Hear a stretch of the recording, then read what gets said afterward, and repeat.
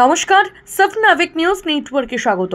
চলতি মাসের 18 September college of medicine Sagar Dutta হাসপাতালে কর্মরত মহিলা স্বাস্থ্যকর্মী ও চিকিৎসকদের নিরাপত্তা দিতে ব্যারাকপুর পুলিশ কমিশনারেটের পক্ষ থেকে উদ্বোধন করা হয়েছিল পুলিশ আউটপোস্ট।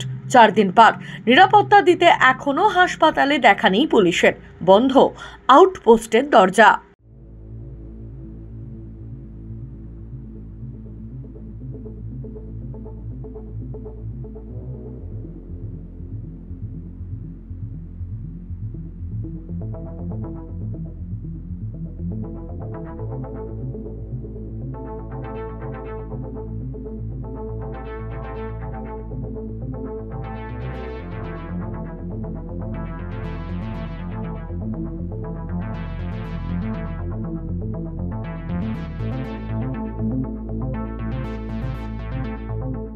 প্রশাসনের ফের উদাসীনতা প্রসঙ্গে সরব হয়েছেন জুনিয়র চিকিৎসকেরা।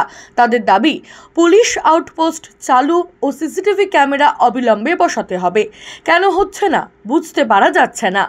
কতটা দেখতে হচ্ছে প্রশাসনের পক্ষ থেকে? দেখুন, আজকে সকালবেলা থেকে আমরা এমার্জেন্সি সার্ভিস চালু করেছি।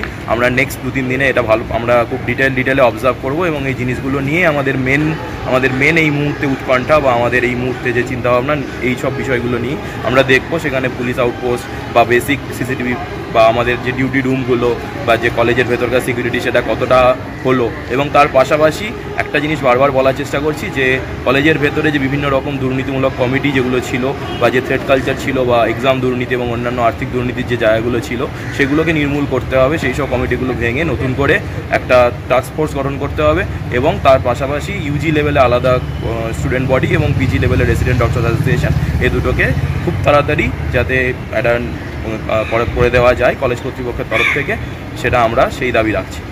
কতদিন আপনারা অপেক্ষা করবেন, এই ফলো আপ রাখবেন? এই দেখুন, আমরা এটা বিভিন্ন কলেজ থেকে বিবৃতি সহকারে বলা হচ্ছে এবং আমাদের কলেজ থেকেও আমরা মোটামুটি যেটা ডিসাইড করেছি নিজেদের মধ্যে যে আমরা মোটামুটি আজকে থেকে শুরু করা 1 সপ্তাহ আমরা দেখব। 1 সপ্তাহের মধ্যে কিছু কাজ, এতদিন এই দাবিগুলো শুধু 1 সপ্তাহের দাবি না, এই দাবিগুলো লাস্ট 40 দিন ধরে চলেছে।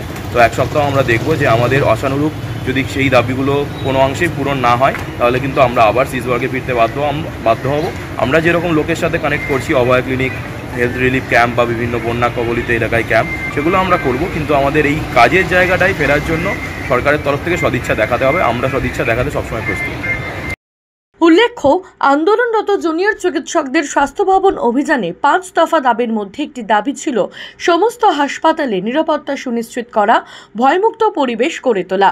রাজ্য সরকারের পক্ষ থেকে সব দাবি মেনে নেওয়া হলেও আদতে সেই পরিকাঠামো গড়ে তোলার জন্য কোনো ব্যবস্থা নেওয়া হচ্ছে কি? এই প্রশ্নের মাঝে প্রশাসনের পক্ষ থেকে সাগর দত্ত হাসপাতালে উদ্যোগ নেওয়া হলেও সেখানে যে প্রশাসনিক আধিকারিকদেরই গাফিলতি রয়েছে তার একটা প্রমাণ মিলল। সবশেষে সাগর দত্ত হাসপাতালে জুনিয়র চিকিৎসকেরা জানান, আন্দোলন তুলে নিয়ে আমরা চিকিৎসা পরিষেবা চালু করেছি। 7 দিনের মধ্যে যদি সমাধান না হয়, আবার আমরা জুনিয়র চিকিৎসকেরা আন্দোলনে নামব। রাজা দে, সাফনাভিক নিউজ, কামারহাটি।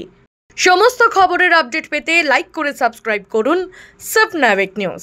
সেই সঙ্গে বেল বাটন প্রেস করতে ভুলবেন না। আপনাদের একটা সাবস্ক্রিপশন আমাদের জন্য অত্যন্ত মূল্যবান। জয় হিন্দ।